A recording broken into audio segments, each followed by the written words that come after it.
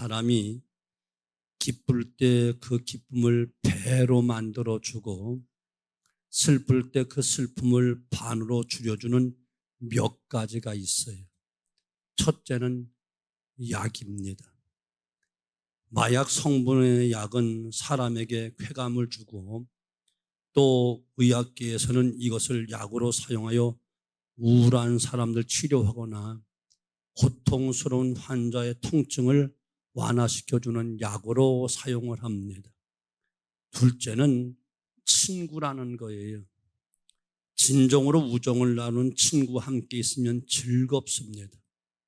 기쁜 일이 있을 때 함께하면 기쁨이 배가 됩니다. 물론 슬플 때 그 친구와 함께 있으면 큰 위로를 받고 힘을 얻게 됩니다. 세 번째는 사랑하는 사람과 함께 있으면 기분이 참 좋습니다. 사랑하는 사람과는 언제나 좋지만 기쁠 때는 그 기쁨이 더욱 커지고 슬픔을 당할 때는 사랑하는 사람이 곁에만 있어줘도 큰 위로가 되고 슬픔이 작아지며 이길 수 있습니다. 마지막 한 가지 네 번째는 감사하는 마음이, 기쁜 일이 있을 때 감사하게 되면 기쁨이 더 커지게 됩니다. 슬픔을 당할 때도 마찬가지지요. 너무 슬프고 힘든 일을 당하게 되면 원망과 불평을 하게 됩니다. 그러나 그 가운데서 감사하게 되어지면 그 의미와 뜻이 분명해지면서 슬픔도 이기게 됩니다. 거기서 지혜와 용기를 얻게 되고 슬픔은 절반으로 줄어들고 오히려 소망을 얻게 되는 거예요. 그러나 우리가 아는 대로 이와 같이 네 가지 중에서 약은 잘못하면 사람을 망치게 합니다. 우정도 때로는 변해서 친구가 원수가 되기도 합니다. 사랑도 세상적인 사랑은 변할 수도 있습니다. 그러나 감사는 변하는 것이 아닙니다. 어느 문명의 시가 있습니다. 우리는 우리의 감사를 물 위에다 기록한다. 그러나 우리의 고통은 바위 위에다 기록한다. 이런 글이 있어요. 감사의 조건들이 우리에게 주어졌을 때 그것을 물 위에 기록을 합니다. 그래서 감사는 물 위에 기록했기 때문에 쉽게 흘려버리고 말아요. 그런데 고통은 그만 바위에다 기록을 내고 두고두고 생각하며 기억하면서 괴로워하며 살아갑니다. 그러니 불평할 수밖에 없지. 예수님께서 예루살렘으로 가시는 길목에 사마리아와 갈릴리 사이로 지나가실 때 나병 환자 10명 그들을 만나게 돼요. 그들은 예수님이 지나가신다는 것을 알고 멀리서 예수님께 자신들을 불쌍히 여겨달라고 간청을 하죠. 그들의 간청을 듣고 예수님이 가서 제사장들에게 너희 몸을 보이라라고 하십니다. 저들이 제사장에 가는 도중에 길목에서 몸에 병이 나은 것을 깨닫게 되었어요. 그런데 그들 중에 예수님께 돌아와 감사한 사람은 사마리아 사람 한 사람밖에 없었어요. 이것이 사람들의 한 모습이라는 거예요. 감사의 조건이 분명히 있음에도 한 사람을 제외한 9명은 감사하지 않았다는 겁니다. 물론 감사하지 않았다고 해서 다시 나병 환자로 되돌아간 것 아닙니다. 감사하지 않았다고 해서 날벼락이 떨어진 것도 아닙니다. 그러나 우리는 이것을 알아야 돼요. 무엇을 알아야 되는가? 먼저 감사하는 사람은 기쁜 일이 있을 때 기쁨이 배가 된다. 감사하면 배가 되는 거예요. 감사하는 마음을 물 위에 새기지 않고 마음속에 깊이 새기고 살아가는 사람은 기쁨이 있을 때 그 기쁨이 배가 되고 그 기쁨을 주었던 사람을 생각하고 그 사건 그 일을 생각하면 또 감사가 나오므로 감사는 계속해서 더 커지는 놀라운 역사가 있습니다. 반면 슬픔은 반감시킵니다. 왜냐하면 감사함으로 인해 자신이 얻은 그 기쁨의 의미를 알기 때문에 그렇습니다. 그 기쁨 속에 담겨져 있는 뜻을 알기 때문에 그렇습니다. 슬픔 속에서 그 의미와 주님의 섭리를 알기 때문에 감사하며 오히려 희망을 갖고 슬픔을 이기게 됩니다. 그러기에 더 감사하고 기뻐할 수 있는 것입니다. 인생은 근심과 걱정과 눈물의 연속입니다. 하루하루의 삶이 고단한 삶을 살아가는 거예요. 어느 누구도 여기서 자유로울 수는 없습니다. 그런데 이러한 세상에서 우리가 능력 있게 살아가는 비결이 무엇인가? 그것은 감사하는 것이라는 겁니다. 감사는 분명히 삶의 기쁨이요, 능력이요, 행복을 주기 때문에 그렇습니다. 그들은 꽃을 피우고 열매를 맺습니다. 여러분, 그러나 흔들리지 않고 피는 꽃은 없습니다. 이 세상에 컸던 아름다운 꽃들도 흔들리면서 그 속에서 줄기를 곧게 세우고 꽃을 피워내는 겁니다. 젖지 않고 피는 꽃은 없습니다. 바람에 흔들리고 비에 젖고 젖은 후에 아름다운 꽃을 피워냅니다. 우리 인생도 마찬가지예요. 그러나 흔들리고 젖고 힘들고 고단히 환경을 이겨내고 승리할 수 있는 능력이 무엇이냐? 그것이 바로 감사라는 것입니다. 감사의 마음과 그 믿음만 가지고 나아가면 하나님의 사랑을 발견하게 되어지고 하나님의 뜻 가운데 서게 되어지고 그 속에서 꽃과 열매를 맺게 되는 놀라운 능력을 얻게 되어집니다. 여러분, 감사합시다. 감사합시다. 그러면 기쁨이 배가 되는 큰 은혜를 누릴 수 있습니다. 두 번째, 감사하며 살아가는 사람은 능력의 삶을 살게 되는 거예요. 감사는 이에게 역사가 일어납니다. 제가 종종 인용하고 예화로 들지만 습볼존 목사님의 설교 가운데 이런 내용 여러분 들었잖아요. 우리가 별빛을 주신 은혜를 감사하면 하나님 달빛을 주실 것이요, 달빛을 주신 은혜를 감사하면 하나님 햇빛을 주실 것이요, 햇빛을 주시는 은혜를 찬양하면 감사하면 하나님 우리에게 햇빛도 필요 없는 신비한 광채를 마음속에 영원히 빛나도록 축복해 주실 것입니다 라고 했습니다. 맞아요. 작은 것에 감사하며 나아갈 때 우리는 큰 것을 얻을 뿐만 아니라 하나님의 신비로운 은혜를 체험하게 되고 그 은혜 속에서 살아가게 되는 줄로 믿습니다. 감사하십시오. 저 선교관에서 엊그제 많이 나와서 일하는데 어떤 집사님이 땀을 뻘뻘 흘리면서 그 정원에 꽃도 심고 막 단장을 하면서 슬그머니 제 옆에 오더니 목사님, 예? 이렇게 좋은 걸 아까워서 어떻게 드렸어요? 아니요. 내 생에 요즘같이 감사한 적이 없어요. 물론 교회를 지을 때 성도들과 함께 감사했고 여러 가지 일들이 있을 때마다 감사했는데 그냥 우리 가정이 또 우리 한 마음이 되어서 우리 제 자신이 혼자 이와 같이 우리 가정이 드릴 수 있는 이와 같은 은혜를 주시기엔 너무너무 감사하죠. 정말로 너무너무 감사합니다. 뭐 꾸미고 모양새 내려고 하는 말이 아니고 진심으로 하는 말이에요. 오늘까지 그거 다 보이라 바꾸고 큰 거 다 하면서 거의 2천만 원이 딱 들어가더라. 그 큰 것은 오늘부로 마무리가 됐어. 오늘 오면서 그랬어요. 이제는 내가 여기까지만 할 거야. 거기 이제는 아예 이제 작은 부품들이나 작은 것들과 비품 채우면서 이제는 성도를 힘으로 교회에서 다 해. 이제는 여기까지 한 2천만 원 들여서 보수 다 해가지고 하나님께 드리게 되니 너무나도 감사하다라고 하면서 오면서 이야기를 하고 오늘 저는 마지막 결제를 다 아까 붙여주었는데 사랑하는 성도분 정말 그래요. 감사하며 살아가면 능력 있는 삶을 살게 되야죠. 아멘. 드리고도 감사하고 또 내 것 바치고도 감사하고 내 것이 아니니까 하나님의 은혜 속에 살아가니까 하나님의 은혜, 하나님의 그 신비로운 은혜, 여러분 이 은혜 속에 살길 원하시나요? 감사해 보십시오. 이 피곤한데 이 철야시가 나오는 거 힘들다 어렵다 여러분 불평원망하지 말고 감사해 보세요.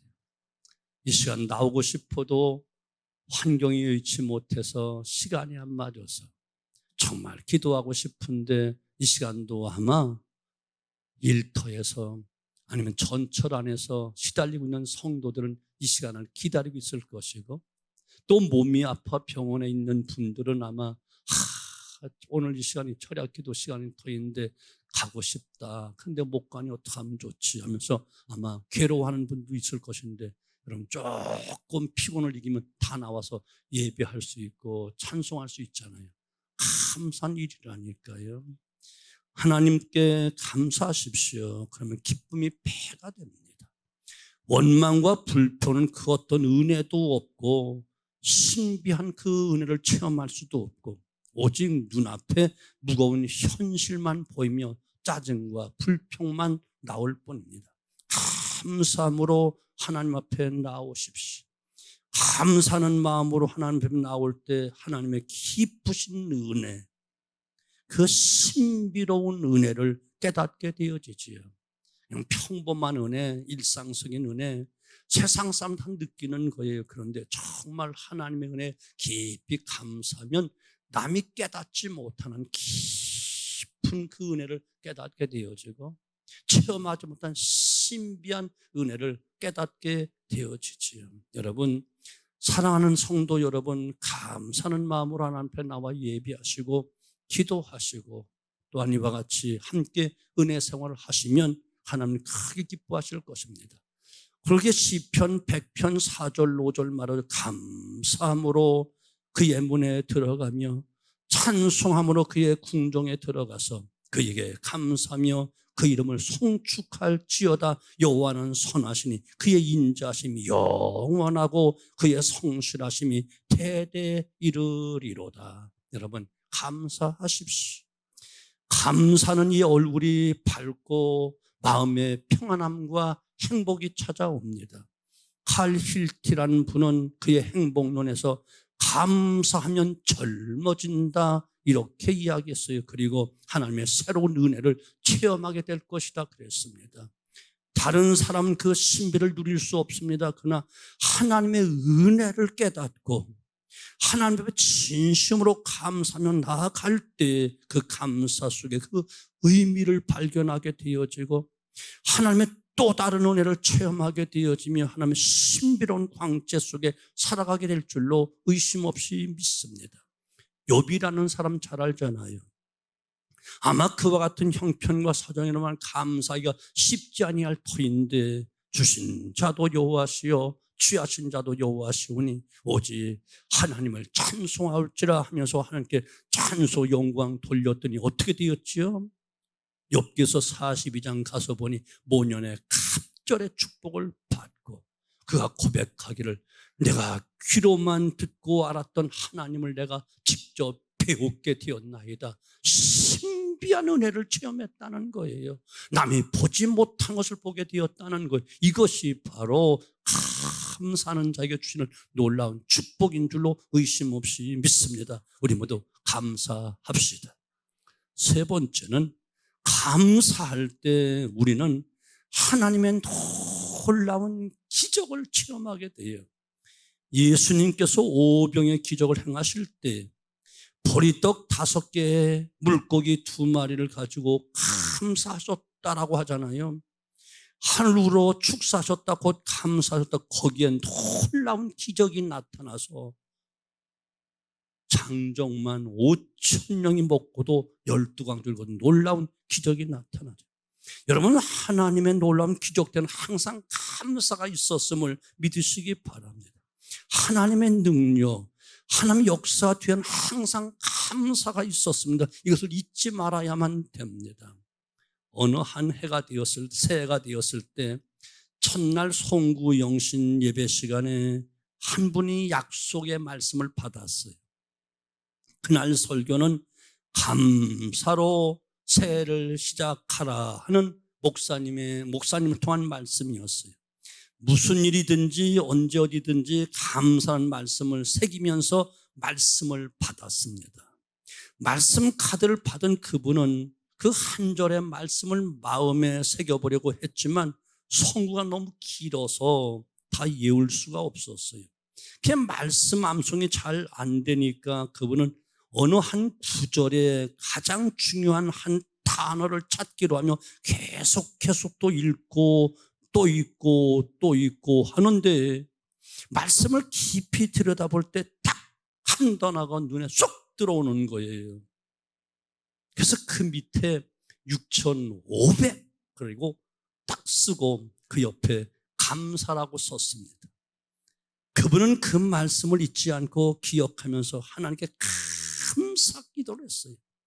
베풀어 주신 은혜와 앞으로 베푸실 은혜에 대해서, 과거의 은혜와 지금 베푸실 은혜에 대해서 감사하고 찬송을 하면서 끊임없이 그 말씀을 붙잡았는데, 그로부터 6개월 그분은 일산에 6,500평의 땅을 사게 되었어요.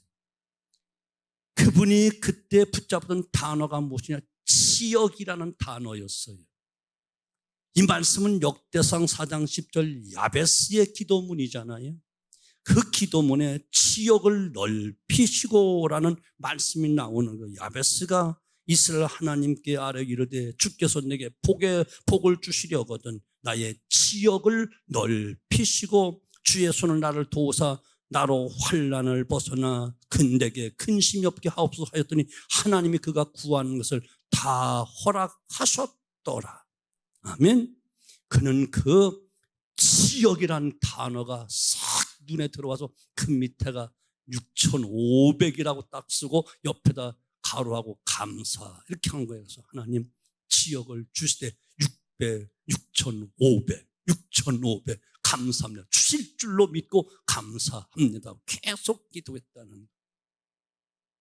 아멘. 아마 이와 같은 비슷한 사례는 많이 있습니다. 사랑하는 사람은 감사로 기도하십시오. 감사로 나아가십시오. 그곳에 하나님의 역사가 반드시 있기 때문에 그렇습니다. 반드시 있습니다. 이 감사의 능력은 우리의 태도에 달려있는 거예요. 어떠한 태도로 살아가느냐에 따라 그 삶의 내용이 달라지는 것이에요. 아멘. 달라지는 거예요. 그건 우리 교회도 체험했잖아요. 96년도 10월 18일 날 교회 이거 짓고 이처럼 입당 예배 드렸는데 11월 10일 날 국방부 땅 364평 4평 공개 입찰됐잖아요. 한 큰 사자고 그러면 아니 이것도 다 빚을 내가지고 지금 이것을 어떻게 할까 걱정인데 그걸 또 왜 또 사자고 합니까? 라고 불평원망한다면 힘들어질 수밖에 없는데 다 성도들이 감사하며 기도했잖아요. 그랬더니 생각지 못한 예레미야 33장 3절 곧이 말씀을 깨닫게 해서 3억 3,300에 그것을 우리가 샀잖아요. 우리 땅 샀잖아요. 지금 여러분 차 된 데가 그거라니까. 아마 그때 안 샀으면 여러분 주차비 내야 돼 지금. 근데 공짜로 지금 주차하고 있잖아요. 우리 교회 역사가 다 이런 신기한 역사였어요. 아멘. 날마다 힘들고 어려울 때마다 그래도 불평원망하지 않고 주시면 먹고 없으면 금식하라는 줄 알고 감사하며 금식했고 철야하자면 철야하면서 오리지널 철야 밤 12시부터 새벽 5시 새벽 예배까지 다 했고 시키는 대로 순종하면 감사했더니 하나님 우리 교회를 만들어 주셨잖아요. 아멘. 미래 비전도 마찬가지예요. 여러분 미래 비전을 우리에게 주신 거 하나님 감사하다라고 하시면서 여러분 기쁨으로 동참하면 그 혜택과 그 은혜를 생생하게 보면서 여러분 누리게 될 것이지만 무슨 헛소리를 하는 거야. 무슨 우리에게 억이 장난인 줄 알아 하면서 농담으로 여기든지 헛소리로 여긴다면 그 혜택을 누릴 수가 없죠. 아멘. 감사와 불평은 똑같이 땅 속에 묻혀 있습니다. 우리 삶 속에 묻혀 있습니다. 그런데 어떤 사람은 감사를 캐내고 어떤 사람은 불평만을 캐냅니다. 그것은 마치 금광에서 하루 종일 금을 캐는 사람이 있고 쓸모없는 돌멩이만 캐는 사람과 똑같은 것이에요. 똑같은 환경 속에 있습니다. 똑같은 일을 당합니다. 그런데 캐내는 것이 다릅니다. 어떤 사람은 감사를 캐는데 어떤 사람은 불평과 원망을 캐냅니다. 같은 시간에 말씀을 받는데 감사함으로 말씀을 받는 사람이 있는가 하면 불평스럽게 오히려 시험으로 받는 사람도 있습니다. 여러분의 삶의 순간순간에 감사를 캐내며 살아갈 수 있는 복된 삶 되어지기를 주님의 이름으로 축원합니다. 오늘 우리가 보았던 이 오늘 고린도 전서 1장의 이 말씀도 보면 특별히 4절 그리도 예수 안에서 너에게 주신 하나님의 은혜로 말미암아 내가 너희를 위하여 항상 하나님께 감사한다. 사도 바울이 고린도 교회를 향해서 감사한다 이야기하는. 그런데 사실 바울이 고린도 교회에 서신을 쓰게 되는 그 상황은 엄밀하게 볼 때 감사할 상황이 전혀 아니에요. 골치 아픈 교회였어요. 1장 1절, 1장 11절, 12절 파당으로 말미암아 분쟁이 있지요. 또 부유층과 가난층 사이에 분파가 생기지요. 11장 18절 22절이지요. 근친 상관의 음행이 있지요. 5장 1절로 5절이고요. 법정 소송을 하고 있지요. 6장 1절로 6절이고요. 우상의 제물로 인해서 논쟁을 하고 매일같이 싸우고 있지요. 8장 1절로 13절 이야기고요. 10장 14절로 33절 이야기지요. 또 은사 문제를 가지고 방언의 문제를 가지고 쌈박국질 하지요. 14장에 나오는 이야기고요. 부활을 의심하는 사람들 있지요. 고린도서 15장 12절로 19절 말씀이고 심지어 사도 바울의 사도권을 의심하는 사람도 있더라. 9장 1절로 2절 이야기예요. 한마디로 골치 아픈 교회였어요. 그럼에도 불구하고 사도 바울은 하나님께 감사하면서 고린도 전서를 통해서 정중하게 가르치고 또 권면하고 있는 것이죠. 사실 이와 같은 여러 가지 문제를 들여다보면 감사할 것이 전혀 없는 그런 나쁜 교회에서 한마디로 잘 가르치고 청성껏 피와 땀과 눈물로 세워놓았는데 엉뚱한 말이나 하고 엉뚱한 짓거리들을 하고 오히려 사도 바울의 사도권까지 의심하면서 불평원망하니 그야말로 화가 나고 분통이 터질 수밖에 없어. 그러나 바울은 그러한 가운데서 하나님께서 저들에게 베푸신 은혜, 끝까지 저들을 사랑하시고 구원하시고 교회를 세워준 그 은혜를 감사하고 있는 거예요. 감사하는 마음으로 저들에게 접근하고 또 서신을 보내고 있는 거예요. 여기에 능력의 역사가 나타나게 되는 거예요. 사랑하는 성도분, 우리 안에 부족함 많지요. 이런저런 것 따져보면 정말 불만적인 요소가 왜 없겠습니까? 모자람이 왜 없겠습니까? 그러나 하나님의 은혜를 생각해 보십시오. 우리에게 주신 은혜, 내게 베푸신 그 은혜, 우리 각 성도에 베푸신 그 은혜, 우리 교회에 베푸신 그 은혜, 그리고 앞으로 베풀어 주실 그 은혜를 한번 생각하면서 꿈을 꾸면서 여러분 감사하십시오. 그래서 사도 바울은 모든 상황 가운데 자족할 수 있었고 감사할 수 있었던 사람인 것을 깨닫게 됩니다. 그러면서 범사에 감사하라, 우리에게 감사를 가르치고 있지 않습니까? 여러분 범사에 감사하십시오. 좋을 때뿐만 아니라 나쁠 때도, 건강할 때뿐만 아니라 아플 때도, 아픔을 느끼고 있다는 건 살아있다는 증거 아니겠습니까? 죽은 것보다 낫지 않습니까? 아무리 부정적인 환경, 힘들고 어려운 환경을 본다 할지라도 감사하는 사람 그 속에서 은혜를 보게 되고 하나님 하실 일을 보게 되어지고 그리고 받게 되어지고 그리고 그를 통해서 하나님은 일을 하시는 것을 보지 않습니까? 어떤 시각과 어떤 마음으로 보느냐가 중요한 것입니다. 자, 이제 신명기 13장 말씀으로 정리를 하겠습니다. 12명의 정탐꾼, 오늘 우리가 잘 아는 이야기입니다. 오늘 말씀을 이것으로 정리할게요. 가나안 땅에 들어가기 위해 12명의 정탐꾼이 들어가 40일 동안 그 땅을 돌아보면서 이처럼 와서 보고하는데, 그때 돌아와 보고할 때 하나님의 시선으로 그리고 감사하는 마음으로 보았던 여호수아와 갈렙은 그 땅을 약속과 축복의 땅으로 보고 우리가 들어가면 그 땅을 차지하게 될 것이다 확실하게 믿었고, 그리고 그렇게 보고했고, 그 결과 그들은 그 땅의 주인이 되었고 그 후손들이 그 땅을 상속받게 되었지. 그러나 10명은 지극히 인간적인 눈으로 보았습니다. 그들은 감사와 희망이 없었습니다. 현실만 보았습니다. 부정적인 말만 했습니다. 그들은 백성들 선동하며 말을 합니다. 우리는 그 땅에 들어갈 수가 없다.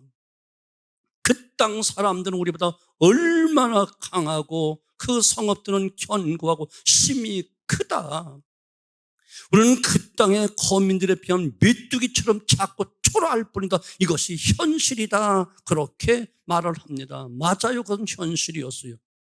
그렇게 보는 사람들은 그럴 수밖에 없지요. 결국 어떻게 됐지요? 결국 그들은 그토록 원하던 가나안 땅 축복을 가보지도 못한 채 모두 광야도 다 죽고 말았습니다. 사랑하는 성도분, 누가 금을 캐는 사람일까요? 믿음 안에서 감사함으로 보는 사람입니다.